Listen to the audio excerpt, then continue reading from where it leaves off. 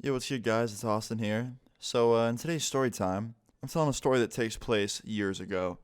High school days, to say the least. So the story takes place while I was actually in a program. It wasn't at my main high school. I was actually placed into like a program out of high school for the more bad kids, I guess you would say. So I was already kind of in trouble as it was. So to get in more trouble wasn't really a good thing to do, and I was avoiding it at all costs. But my dumbass friend had to go and fuck everything up for me. And that's where this story starts off. So on this day, it started off like a normal day. I woke up kind of late, but I woke up so late that I missed the bus, which was not good. So I had to get my mom to take me, and she took me, dropped me off. I went inside, had to check in because I was late. Went to my first class. Teacher asked me why I was late. I explained. I sat down at my seat, and already my day was off to kind of an annoying start, you could say. And then my friend who sits next to me in class, my dumbass friend, goes, "Hey, Austin, dude, like, I left my phone at home. I have an emergency. Can I please use your phone?" I was like, "Yeah, what's going on?" He's like, "I just have to call my mom." I was like, "Okay, man, like, no big deal." And I handed him my phone. And he asked the teacher to go to the bathroom. She let him, and he went to the bathroom with my phone. I also took the passcode off of it before I gave it to him because I trusted him. I was like, I've known this dude for a long time. He's never really done anything wrong to me. And I had a lot of trust for my friend. Now, I'm a fucking idiot for that because you'll see what happens in a minute. But I didn't think he would do anything. Like, he never seemed to be the type to mess with me. And plus, I didn't really think there was that much he could do with my phone because I didn't really have that much shit to hide. So anyway, he went to the bathroom with my phone, and like 15 minutes went by. Like, literally 15 minutes. I was like, what the fuck is taking him so long? Like, it's been a while. And finally, he comes back, and he hands me my phone, and he has the straightest face I've ever seen him have. Like, he looked so serious.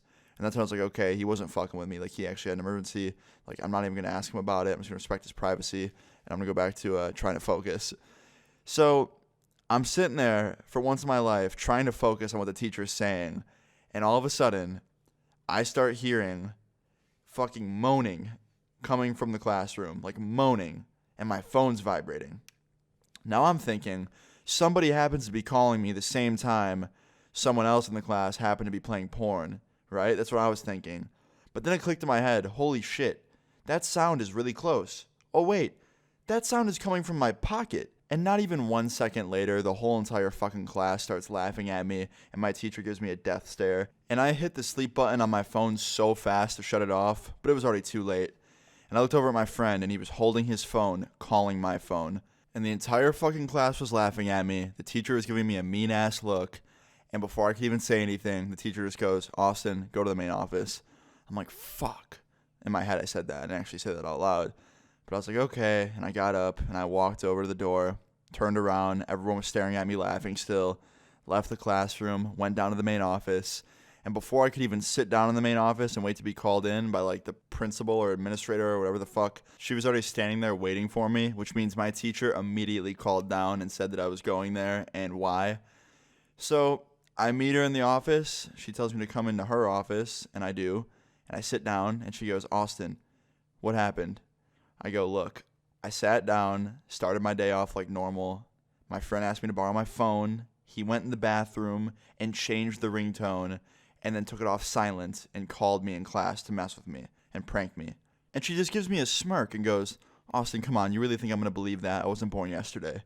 I'm like, what do you mean? Like, why wouldn't you believe it? Why would I set my ringtone to that? Like, something that inappropriate. Why would that be my ringtone at all times? Like, you think I want that to go off in public? And she's like, we have a strict no phone policy here. That phone was supposed to be in your locker. Regardless of what the ringtone was, it's not okay.